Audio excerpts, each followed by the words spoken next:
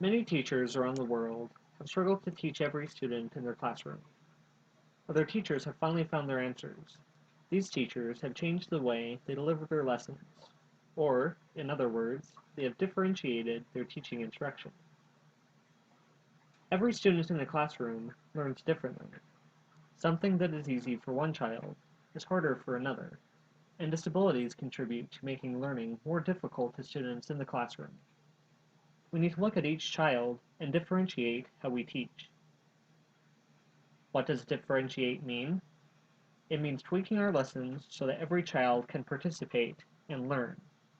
Teachers can differentiate their instruction by the content that they teach, the strategies they use with their students, or even by changing the physical setup of the room. Mr. Doyle is a fifth grade teacher.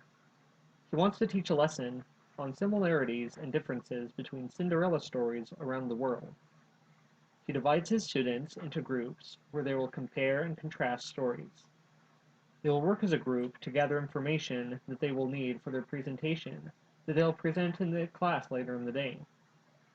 There are 4 students in his class, however, that have special needs, and will need Mr. Doyle to change his teaching instruction in order to help them have an equal opportunity to learn, participate, and to succeed. Kyrie is a student who has dyslexia. Printed letters and words appear jumbled up to Kyrie. This affects both her reading and writing. When reading and writing, Kyrie has difficulty keeping up, and it takes her longer to finish assignments. For this lesson, Mr. Doyle passes out directions, but he also says them out loud, so that Kyrie has a chance to understand what the activity is, without having to read and spend time deciphering the instructions. This helps to reduce Kyrie's classroom stress. She also adds pictures to the side of each instruction, so that she can go back and look at it if she forgets. Sora has a visual impairment. He has difficulty reading small print, even when wearing glasses. Mr. Doyle understands and prints out a larger copy of directions for Sora. When needed, Mr. Doyle can also use a projector or smartboard when giving his instructions in order for Sora to easily see what he needs to do. Mr. Doyle also allows Sora to sit on the front row of the classroom so that he can see the board and to more easily see his classmates present.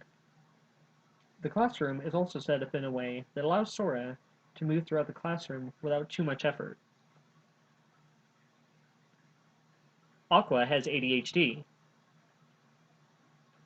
She has a hard time staying in place for long periods of time, but she does love to act. She also has a hard time staying focused.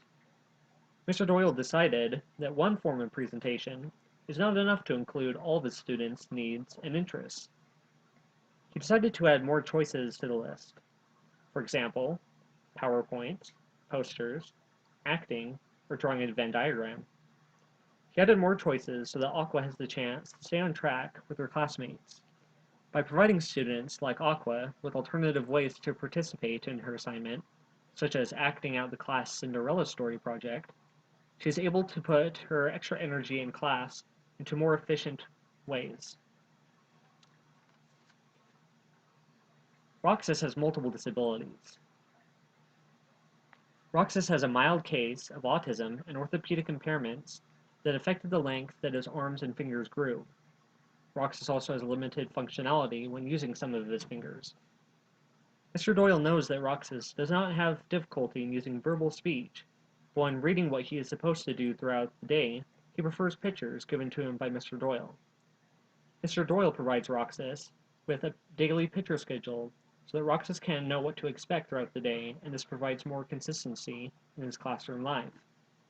Roxas and his group want to present a poster, but Roxas is unable to write like his other peers. Mr. Doyle gives Roxas a pencil grip so that he is able to participate in writing his group's poster. In the end, Mr. Doyle was able to have all of his students present. By choosing his students' groups, he was able to pair his 4 special needs students with other students who shared the same interests so that they would agree on the same form of presentation. For Kyrie, Sora, Aqua, and Roxas, This turned into a great learning environment that they are able to feel comfortable in and learn from.